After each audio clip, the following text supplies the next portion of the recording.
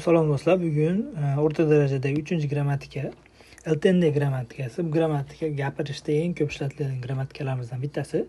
Shu taxmin, ehtimol, vaziyatda aytib o'tgandan keyin unga qo'shimcha o'zingizni fikringizni qo'shayotganda ishlatasiz. Asosan masalan, shunday bo'lsa kerak, lekin bo'lsa kerak, ehtimol degan ikkinchi gap vaziyatni aytib turib, unga qo'shimcha siz o'zingizni fikringizni bildirayotganda aytasiz. Masalan, parami mani puneo. Demak, shamol juda esyapti, deyapti. Parami pulmion chultende tatit hage ipko kanunga cho'kkessayo. Demak, shamol bular esayotgan bo'lsa, chultende demak sovuq bo'lsa kerak, sovuq bo'lsa kerak deb ehtimol deyapti. Tatit hage ipko issiq kiyinib kanunga cho'tta demak ketgan yaxshi demoqchi. Demak, tushunasizmi? Hozir bitta vaziyat bor, taxminiy vaziyat. Undan keyingi shu vaziyatga siz qo'shimcha fikr bilayotganda ishlatasiz. Yana masalan, Veminshga onil tongjanghege ondeyo. Demak, Veminshi bugun sinfdoshlar yig'ilishiga kelaman dedimi, deyapti. Keyin Murigessayo bilmayman deyapti. Polso cho'te changil padasiltende. Demak, allaqachon taklifnomani olgan bo'lsa kerak deb turib taxmin qilyapti bunda ham. Qo'shimcha gap aytyapti. Yo'llagi omneyo. Demak, aloqa shu gap telefon qilmayapti, bog'lanolmayapmiz-ku deyapti. Demak, shu bitta fikr, o'zingiz taxmin fikringizni aytasizda, keyin unga qo'shimcha o'zingiz qo'shimcha fikr aytayotganda ishlatasiz. Xo'p. Masalan yana Shihom komburul aneso kin iriyeyo deyapti. Demak, imtihonni yaxshi o'qimaganligim uchun katta muammo bo'layapti, deyapti. Chodoyo men ham shihomil mod pomion chingibil mod haltende kokchongeyo deyapti. Men ham deyapti, imtihonni yaxshi topshira olmasam, keyingi daraja, masalan, birinchi daraja, ikkinchi darajaga o'tolmasam kerak-da, xavotir olyapman deyapti. Demak, o'tolmasa kerak, o'tolmasa taxmin qilyapti-da, keyin unga xavotirlanyapman deb qo'shimcha aytyapti. Keyin chonyoga tekpega xana oninde chom pada chusayo. Kechpay tekpe pochta keladi deyapti, olib qo'y deyapti. Chodo chonyogenin chebenin opsiltende. Men ham kechpay uyda bo'lmasam kerak-da. Otto hajiyo deyapti. Nima qilamiz deyapti. Men ham uyda bo'lmasam kerak. Demak, shu bitta taxmin aytasiz, manaqa bo'lsa kerak deb turib unga qo'shimcha fikr aytayotganda ishlatasiz. Keyingisi oje yaqin hanrago mani pigon hesiltende. Demak, kecha shu qo'shimcha ish qilaman deb mani pigon hesiltende ko'p charchagan bo'lsangiz kerak deb taxmin qilyapti.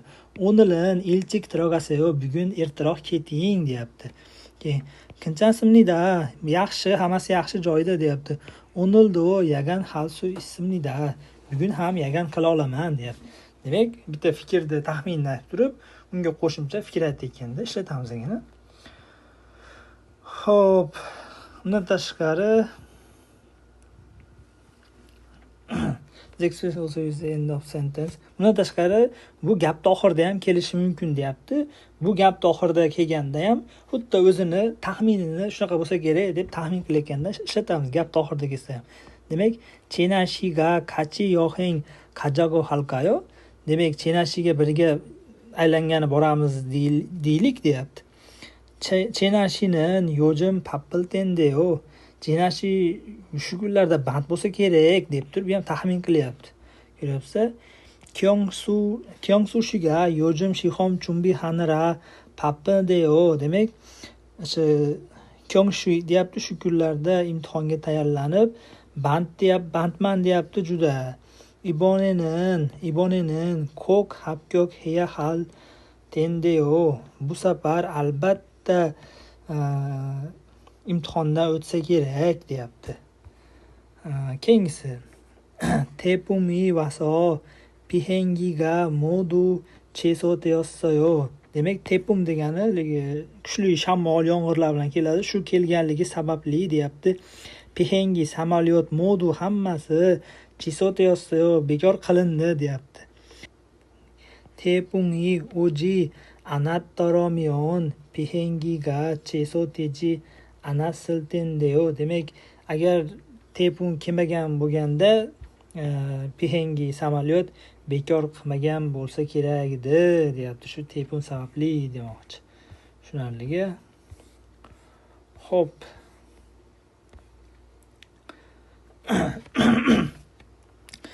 Indeo bilan iltendeni farqi.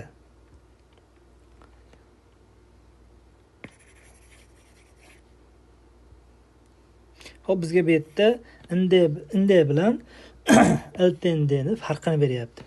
Demak, bu qachon ishlatadi?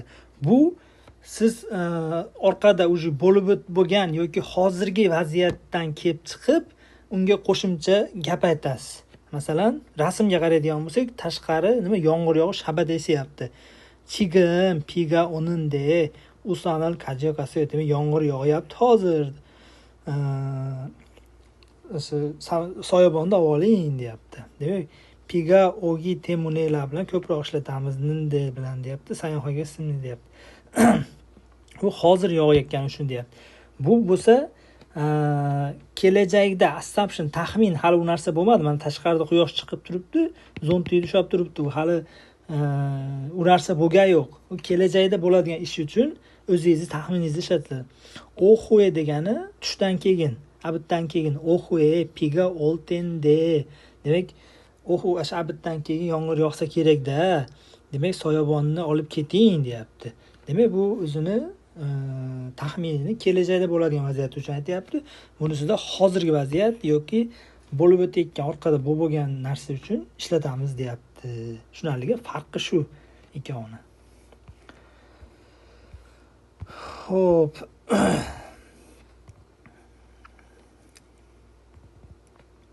Ochil. Demak, tehvaril mandira bo'lsa deyapti. Demak, gaplar tuzib ko'ring deyapti. Kopi hanjan chushilleyo.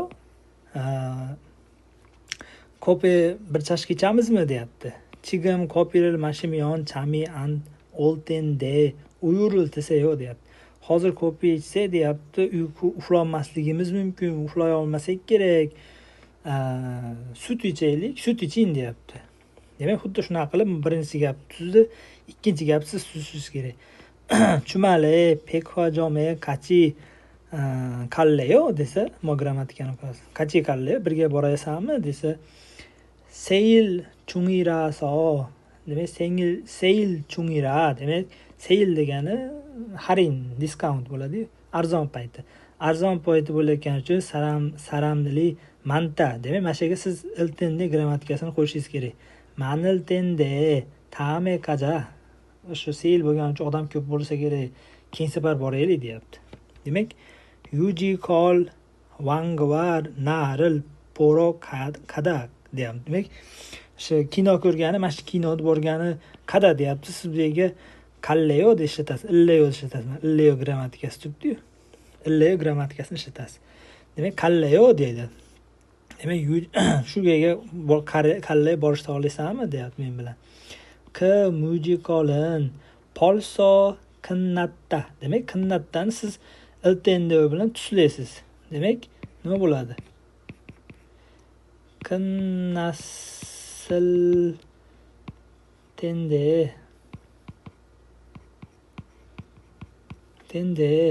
tarin ko'ngyongil poja.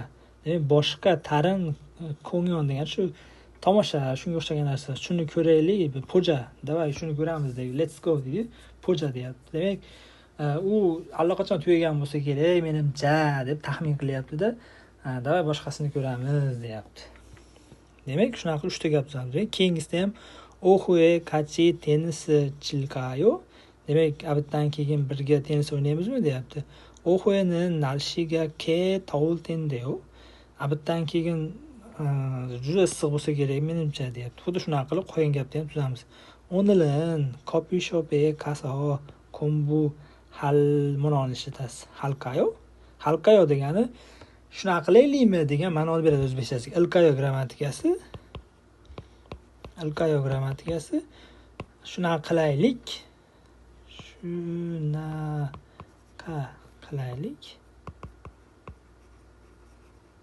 Shunaqa qilaylik degani. Demak, coffee shopga borib dars qilaylik desa, coffee shopin shikiropda. Demak, buni tuslaysiz. Coffee shopin shikiro ultendeyo. Demak, coffee shop shovqin bo'lsa kerak deb javob berasiz. Shunaqa qilib qolganini ham qilasiz. Tushunarligi?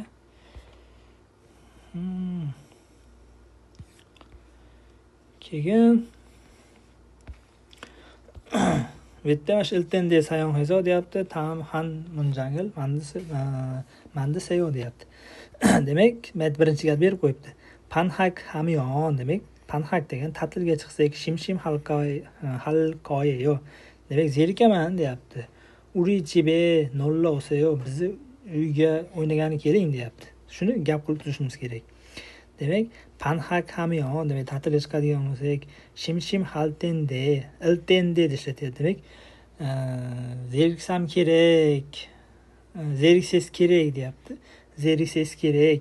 Uri chibe nolla o'sayo. Demak, ta'tilga chiqsangiz zeriksiz kerak, biz uyga o'ynagani keling billa deyapti. Demak, keyingisi pega goppil koyeyo igo chom teseyo.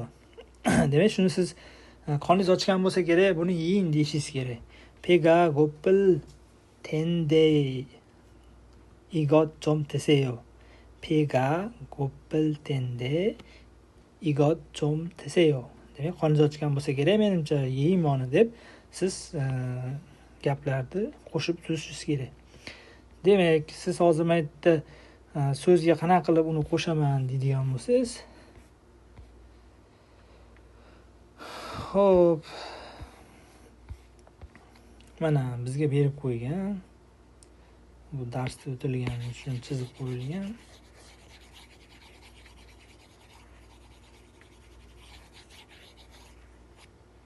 Xo'p, jamaydalab tushuntirmayapman. Vaqt ko'payib ketadi. Demak, a degani sifat, v degani fe'l. Sifat degani nima degani? Yaxshi, yomon, shirin, achchiq shunaqalar sifat bo'ladi. Fe'l degani qilmoq, yugurmoq, o'qimoq, uxlamoq, shunaqa. Demak, ikki olgan bir xil qo'shiladi deyapti. O'tgan zamonda asl tende, masalan, chaqda kichkina deyapti. Chagas o'qiladi alohida. Chagasl tende kichkina bo'lsa kerak edi. Kichkina bo'lsa kerak edi. Keyin moqda yemoq bu fe'l. Demak, mogosil tende. Demak, nima deyapti? Yegan bo'lsa kerak-da demoqchi. Shuning uchun qonni oryapti deb. Bu o'tgan zamonda, bu hozirgi zamonda ikkovga ham iltende qo'shib qo'yamiz ekan. Demak, patchim bilan tugagan uchun k, patchim degani 3-harf pastda bor degani. Chaqda. Iltende qo'shib qo'yapti. Chagil tende kichkina bo'lsa kerak. Mog'il tende yesa kerak deb qo'shib qo'ygan. Agar patchim bo'lmasa, patchim degan 3-harf.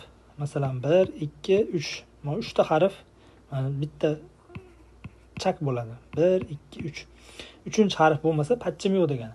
Patchim yo'q bo'ladigan bo'lsa, iltende qo'shib qo'yamiz. Masalan, kada. Kaltende qo'shib qo'yamiz. Shunday patchimga tushib qoladi. Patchim yo'q bo'lsa, l patchimga tushib qo'shilib ketaveradi.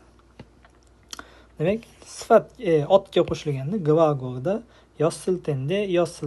Demak, mana bu yerda patchim yo'q, dani oladigan bo'lsak, pujai bilan tugadi, patchim yo'q. Demak, puja yossiltende. Demak, yossiltende qo'shilyapti. Patchim bor degani, mana olsa 3-harf bor degani. Demak, bu yerda hakseng bo'lyapti. Haksengda 3-harf bor, n harf. Demak, hakseng i yossilti qo'shiladi. Hyonje hozirgiga iltende qo'shiladi hozirgi zamonda. O'tgan zamon, hozirgi zamon puja, buni o'chiradigan bo'lsak, puja iltende. Hakseng bo'lsa, n bilan tugayapti. Hakseng iltende. Demak, shunaqa qilib qo'shib qo'yamiz. Shunaligi.